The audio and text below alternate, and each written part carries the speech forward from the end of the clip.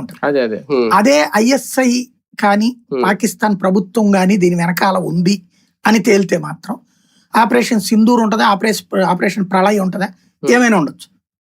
వాస్తవంగా మనకి ఈ కదలికలు అవగాహన ఉండినే గత 10-15 రోజుల నుంచి కూడా మనం నోటం ప్రకటించి ఈశాన్య రాష్ట్రాల్లో పాకిస్తాన్ బోర్డర్స్ లో లడక్ దగ్గర త్రివిధ దళాల విన్యాసాలు చేస్తున్నారు. మొన్న మనకి ఆపరేషన్ సింధూర్ సందర్భంగా కొన్ని లోపాలు మనకు ఐడియా వచ్చినాయి. త్రివిధ దళాల సమన్వయం, ఆ సమన్వయంలో ఏ లోపాలు ఉన్నాయో అవి సెటరేట్ చేసుకుంటూ ఇప్పుడు విన్యాసాలు చేస్తున్నారు. వీళ్ళకి పూర్తి అవగాహన వస్తుంది త్రివిధ దళాలకి.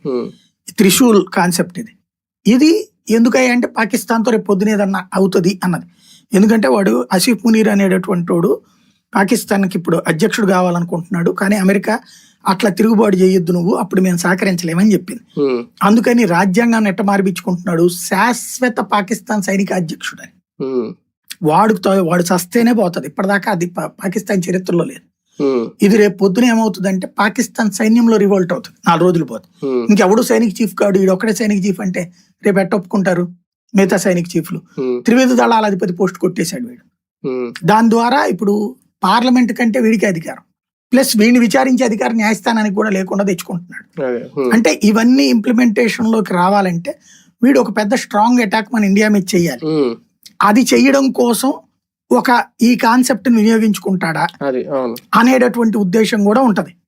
అదే జరిగితే గనక పాకిస్తాన్ ఆసిఫ్ మునీర్ గాడే పోయినా ఆశ్చర్య